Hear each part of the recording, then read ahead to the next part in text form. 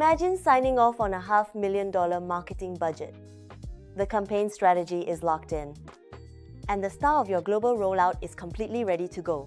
Except for one thing. Your star never sleeps, never gets cancelled, and technically does not exist. Welcome to the creator economy in 2026. But the biggest secret isn't the technology behind these AI avatars. It's how they price themselves so that brands pay 2 to 3 times more. Today we decode the full AI influencer pricing strategy, from the 5 underpricing signals and the base rate formula, to analytics briefs, walkaway power, and the virtual influencer premium. This is the playbook that will change how you see every number on your rate card. Imagine for a second signing off on a $500,000 marketing budget. Like you've got the contract right in front of you, the campaign strategy is totally locked in, and the star of your global rollout is, ready to go. Right. But there's a catch. Your star doesn't sleep, they don't eat, and technically speaking, they don't actually exist. Yeah, that's wild. Welcome to the creator economy in 2026. Because we are way past that era of humans just sitting in their bedrooms with a ring light, right? Hoping to go viral on a smartphone. Today, we are looking at AI influencers, entirely virtual personas that are generating massive, hyper-engaged communities and, driving real culture. It's demanding brand budgets that would have seemed completely impossible, just a few years ago. The shift is staggering when you actually look at the raw data. Oh, absolutely. But the most opaque part of this entire ecosystem isn't the tech. It's not the rendering of these avatars. It is the economics operating behind the scenes. Yeah. We are seeing these virtual accounts generate extraordinary revenue, and the mechanics of how they actually capture that value from major brands, it's highly guarded. Like, nobody talks about it. Which brings us to our mission for this deep dive. Today, we are tearing into a highly specific, very tactical playbook straight from AI creator world. It's titled AI Influencer Pricing Strategy, Increase Brand Deal Value Fast. It's a great read. It really is. And we're going to uncover why pricing for digital creators is never just like a simple math problem on a spreadsheet. It is a calculated psychological positioning tool.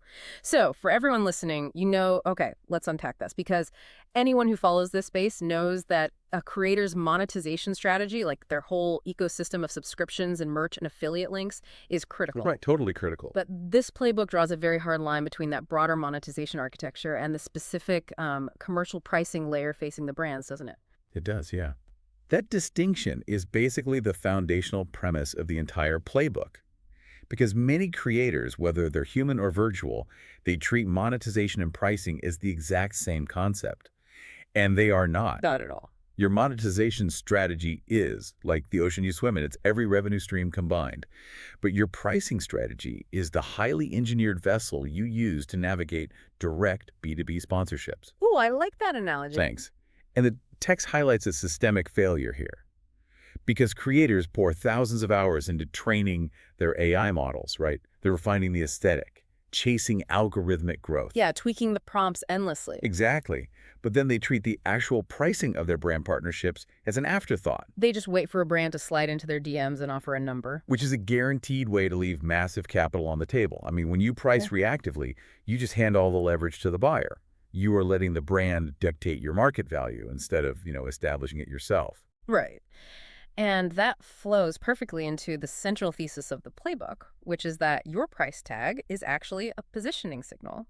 It communicates your professional tier before the brand even looks at your engagement metrics. Yes. If we think about this in traditional B2B terms, it makes total sense. Like, think about buying wine, right? If I see a $3 bottle of wine, I don't think, oh, wow, what a bargain. No, you definitely don't. My immediate thought is, this is going to give me a massive headache. Like, the suspiciously low price signals massive risk. That is the exact mechanism at play with premium sponsorships. When a brand manager with a 6-figure quarterly budget sees a rate card that is just shockingly low, they don't see a discount. They see an amateur. Wow, yeah. They assume the creator lacks the operational capacity to actually deliver a reliable campaign. The playbook refers to these as underpricing signals. Yeah. And they're insidious because creators often don't even realize they are sending them. Right. The source outlines a few of these red flags. And one of the biggest is if brands are accepting your quotes without a single counteroffer. Oh, that's a huge one. Yeah. If you name your price and the agency just immediately sends over the contract, you have massively undervalued the asset. You left money on the table. Another glaring signal is if your rates have remained static for the past 3 quarters, even though your audience depth and engagement have, demonstrably grown. Yeah, and there's also the quality of your inbound pipeline. Like if you're consistently fielding inquiries exclusively from low-tier dropshipping brands with these microscopic budgets, that is the market responding to your positioning. Right, they smell the $3 wine. Exactly. Premium brands are looking at your presence, deducing your tier, and just opting out before they even reach out. But on the flip side, the premium signals tell a completely different story. Yeah, that's when you see brands proactively requesting your media kit, right? Or when an agency returns for a second or third campaign because the ROI was just undeniable. But the signal that stood out most to me was when brands reach out referencing specific granular audience metrics rather than just your raw follower count. Right, because that proves you have attracted sophisticated buyers. However, this raises a crucial tension in the space, because the default behavior in the creator economy is to just price based on raw follower count. Always. It is simple, it is ubiquitous, and it feels objective. Like, I have 50,000 followers, therefore I charge X. But the playbook vehemently argues against this model. Let me challenge the absolute nature of that rule, though. I mean, I understand that performance-based pricing charging based on actual engagement and conversions is the gold standard. But if you are managing a newly minted AI creator, you don't have historical campaign data yet, do you? Well, no, not campaign data. Right, you don't have a proven track record of conversions. So in that specific launch window, isn't falling back on follower-based pricing just a necessary bridge? It is a common bridge, but a really dangerous one. What's fascinating here is that systematic underpricing in your early stages actually trains the market to permanently undervalue you. Wait, really? How permanent are we talking? Pretty permanent. Yeah. Because even a new AI creator has engagement data on their organic posts, right? Yeah. If you tether your initial brand deals purely to a raw follower number, you are validating a metric that systematically overvalues passive dead accounts. And it systematically undervalues highly active, hyper-engaged communities. Oh, I see. So if you accept a cheap follower-based deal in month 1, you set a precedent. That agency logs your rate in their database, and breaking out of that low-tier anchor later becomes incredibly difficult. So you have to anchor high using engagement from day one. That brings us to the actual mechanics of calculating that baseline number, because the source details 3 primary pricing models: flat rate, performance-based, and retainers. Right. Flat rate is straightforward, right? It's a fixed fee per deliverable. It mitigates risk for the creator if a post completely bombs, but it caps the upside if the AI character goes wildly viral. Which happens a lot. Exactly. Then performance-based aligns everyone's incentives, whether that's cost per view, cost per click, or a revenue share. But retainers seem to be the absolute end game the playbook is pushing toward. Oh, absolutely. Retainers represent structural stability. Instead of hunting for one-off deals every single month, you secure a contract for regular deliverables over, say, a 3 to 12-month period. Right. But to get there, you have to be able to mathematically justify your value. The playbook provides a very specific formula to establish a performance-driven base rate, moving far beyond vanity metrics. Okay, let's run through the actual calculus they provide. Yeah. So the baseline formula takes your follower count and multiplies it by your engagement rate. That gives you your effectively engaged audience. All right. Then you take that number, multiply it by a target CPM, which is cost per mil or cost per 1,000 impressions, and you divide by 1,000. Yeah, and the playbook uses a really practical example to ground this. So consider an AI account with 30,000 total followers and a highly active 7% engagement rate. Okay, so 30,000 multiplied by 0.07 gives us 2,100. And that number is the only thing that matters, right? Exactly. It strips away all the passive scrollers and isolates the 2,100 users who are actually interacting with the avatar. So if we apply an industry standard $25 CPM, we multiply the engaged audience by 25, divide by 1,000, and we land at a base rate of $52.50 for a standard post. Which, I mean, on its face, feels exceptionally low for a brand partnership. Yeah, I'd say no to that. Right. But the crucial context here is that $52 is strictly the raw, unoptimized floor. It is the starting line before the strategic positioning. The multipliers are applied, and the multipliers are where you capture your true commercial value.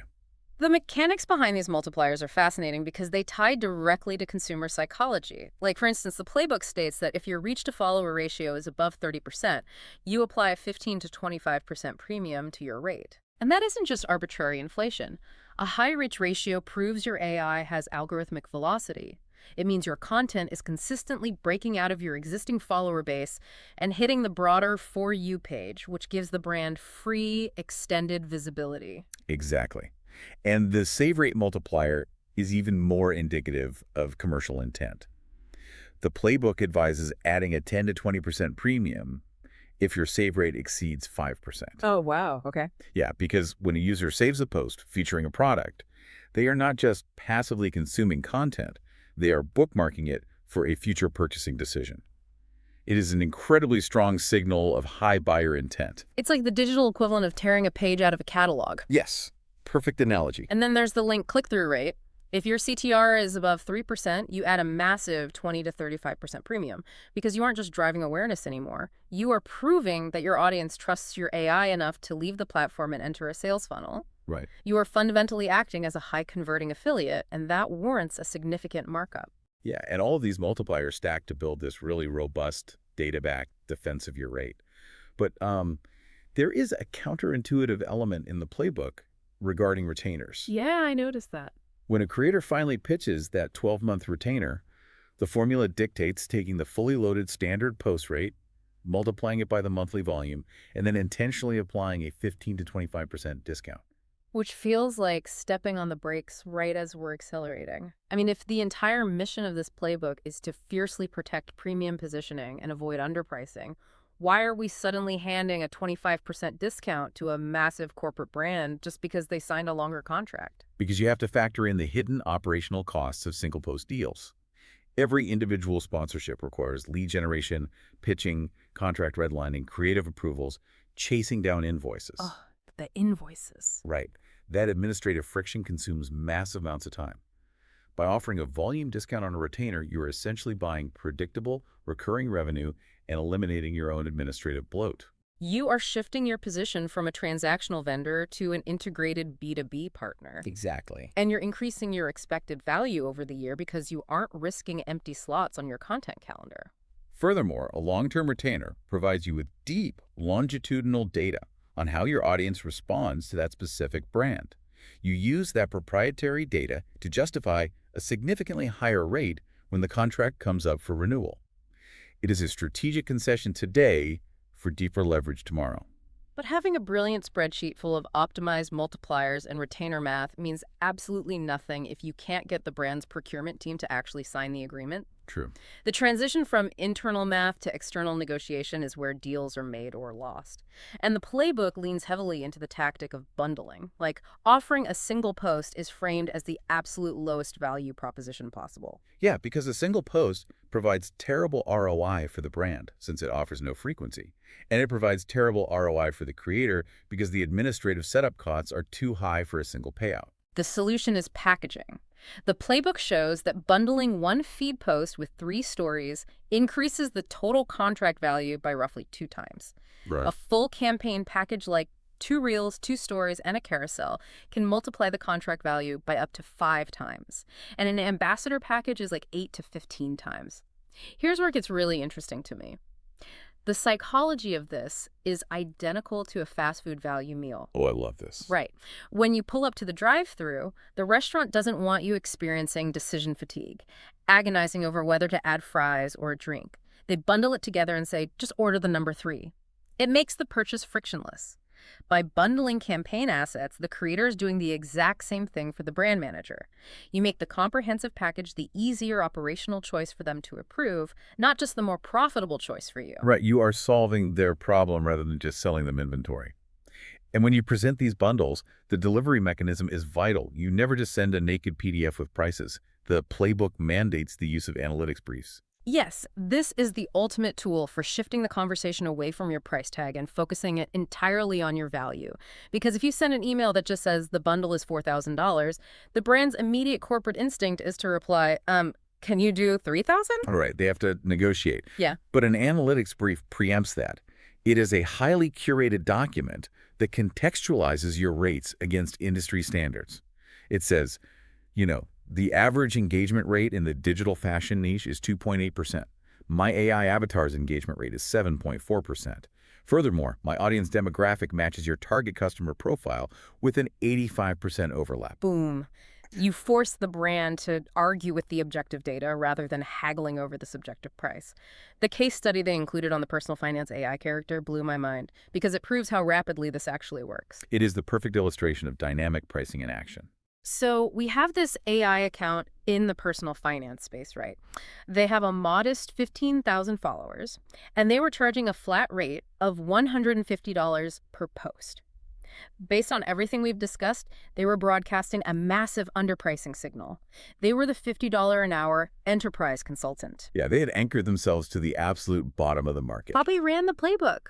They analyzed their metrics and realized their engagement rate was 8.2%, which wildly outperformed the niche average of 3.5%.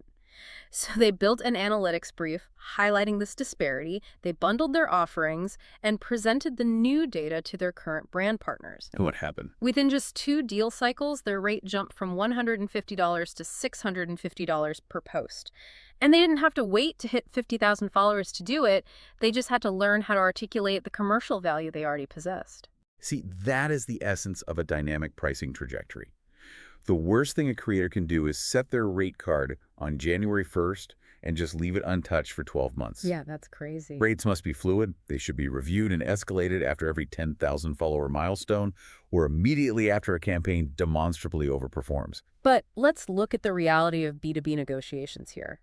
Because all the analytics briefs and fast food bundles in the world are completely useless if you just fold the moment a brand pushes back.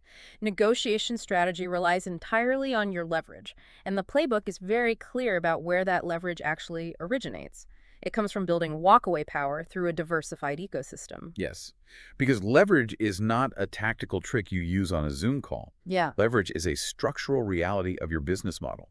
The playbook uses the example of an AI influencer who has built a paid subscription community like, say, a private Discord or a premium newsletter that generates $3,000 in recurring revenue every single month. That creator has $3,000 hitting their operating account regardless of whether they close a sponsorship that month. When they sit down with a brand, there is zero structural desperation. Which changes everything. If the agency throws out a lowball offer or demands unreasonable usage rights, the creator can simply say no and walk away. That lack of desperation radiates through the entire negotiation. I mean, brand managers are highly attuned to who needs the check to make rent and who views the partnership as an optional bonus. Walkaway power allows you to hold your premium positioning. You can also manufacture leverage through cross-platform omnipresence, right? Like the combining sponsorships with affiliate codes for passive commission. Or if your AI avatar has a highly engaged audience on Instagram, that's valuable. But if you have successfully translated that audience to TikTok and YouTube Shorts as well, you aren't just selling reach, you are selling market dominance. Exactly. The playbook notes that a 2-platform presence warrants a 30 to 50% premium, while a 3-platform ecosystem can command a 60 to 100% premium. It's massive. It is. And the lifestyle AI case study drives this point home perfectly. This virtual character only had 40,000 followers on their primary social feed, which is relatively small by 2026 standards. However, they spend months cultivating a deeply engaged Discord server with 2,400 active members and an email newsletter boasting an astonishing 18% conversion rate. That's huge. Because they built that deep-owned infrastructure, they were commanding the exact same sponsorship rates as accounts with over 100,000 passive followers. So, wait, let me ask you directly. Does this mean audience depth is actually worth more than audience size? Unequivocally, yes. Right. Premium brands operate on data predictability. A massive social following is subject to algorithm changes and shadow bans. It represents high variance. Right. But an owned community, like an email list or a private server, represents low variance. The brand knows exactly how many highly targeted users will see the campaign. If we connect this to the bigger picture, the investment in building community infrastructure isn't just about making friends. It is a direct, calculable multiplier for your pricing strategy. It's all connected. But as meticulously as this valuation is built, the playbook spends significant time warning how easily it can all be dismantled. The dark side of pricing strategy is basically a study in self-sabotage. It really is. The most prevalent error is succumbing to short-term calendar anxiety. Like, a creator looks at their content schedule, they see a 2-week gap with no sponsored posts, and they panic. Oh, no. Yeah, so they accept a deeply discounted offer from a brand just to maintain cash flow. And by doing so, they completely detonate their premium positioning because brands and agencies utilize vast CRM databases. If you agree to a rock bottom rate today, you have officially established your pricing anchor for that entire corporate network. Yep, they remember the low price. The next time they reach out, they aren't going to offer your premium rate. They are going to demand the discount rate they secured last time. You're trapped. The playbook does offer a tactical fail-safe for this, however. If cash flow dictates that you absolutely must accept a lower rate to close a deal, you must explicitly frame it in the contract as a one-time introductory rate or a pilot campaign discount, with your standard premium renewal rate documented right next to it. You have to ensure the anchor doesn't permanently set. So you control the narrative of the discount. Now, looking beyond immediate tactics, the final section of the playbook accelerates into the macroeconomic trends of 2026. Like, how is the specific nature of artificial intelligence fundamentally rewriting the rules of influencer pricing?